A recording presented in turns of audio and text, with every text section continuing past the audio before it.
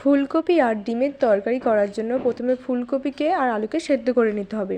ডিমগুলোকেও সেদ্ধ করে ছাড়িয়ে নিয়েছি। এরপরে গ্যাস ধরিয়ে কড়াইতে তেল দিয়ে তেলটা গরম করতে দেবো। তেলটা গরম হয়ে আসলেই তার মধ্যে দিয়ে দিতে হবে সব ডিমগুলো একে একে দিয়ে ভেজে নেবো ভালো করে। ডিমগুলোকে কড়াইতে দেওয়ার সঙ্গে সঙ্গে ডিমগুলোকে একটু ফাটিয়ে দেবো খুন্তি দিয়ে, নাহলে এই ডিমগুলো ফেটে যাওয়ার ভয় থাকে, চোখে মুখে ছিটকাবে নাহলে। তো ডিমটাকে ভালোভাবে ওলট পালট করে ভেজে নিতে হবে, ভালো করে ভেজে নেবো। ভাজা হয়ে গেলে এর মধ্যে হালকা ভাজা ভাজা হয়ে আসলে ডিমগুলোর মধ্যে আমরা দিয়ে দেবো হলুদ। হলুদটা দিয়েও ভালো করে নাড়িয়ে চাড়িয়ে ভেজে নিতে হবে।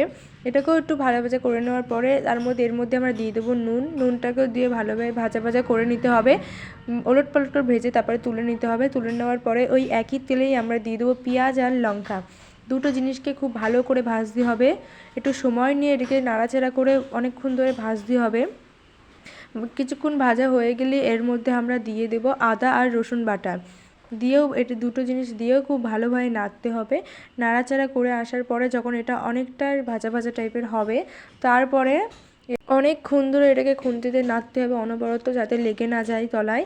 এটাকে ভাজা ভাজা করতে হবে। অনেকটা ভাজা ভাজা হয়ে আসলে এর মধ্যে তারপর দিয়ে দিতে হবে হলুদ আর নুন।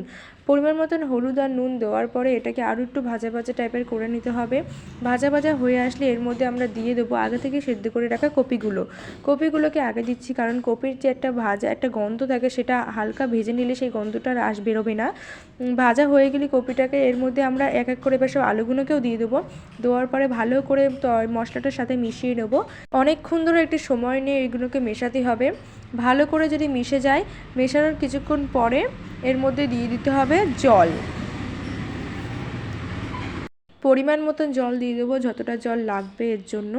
দেওয়ার পর একটু নাড়াচাড়া করে নিতে হবে, যাতে আলুগুলো একটু ভালোভাবে সিদ্ধ হয়ে যায়। তা দিয়ে এবার ঢাকনিটা চাপা দিয়ে দেবো। ঢাকাটা চাপা দিয়ে কিছুক্ষণ অপেক্ষা করব ফোটার জন্যে। ফুটে আসলে আমার ঢাকনাটা খুলে এটাকে একটু নেড়ে চেড়ে তারপরে আলুগুলো সেদ্ধ হয়েছে কিনা একটু দেখে নিবে। তারপরে সব ভেজে রাখা ডিমগুলো সব কটা দিয়ে দেবে এক এক করে। দেওয়ার পরে একটু হালকা নাড়াচাড়া করবে, যাতে ওদের মধ্যে একটু মশলাটা মিশে যায়। হয়ে গেলে আর কিছুই না, ব্যাস। এবারে দিতে হবে গরম মশলা। তার জন্য আমরা গরম মশলাটা পিষে নিয়েছি, তারপরে তরকারির ঝোলটা তুলে তার সঙ্গে মিশিয়ে গরম মশলাটা ওর মধ্যে দিয়ে দিলাম।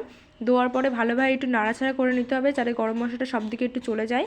দেওয়ার পরে এবারে ঢাকনাটা দিয়ে দিলেই আমাদের হয়ে যাবে ডিমের আর কপির তরকারি রেডি। বাই বাই, দেখা হচ্ছে অন্য কোনো ব্লগে।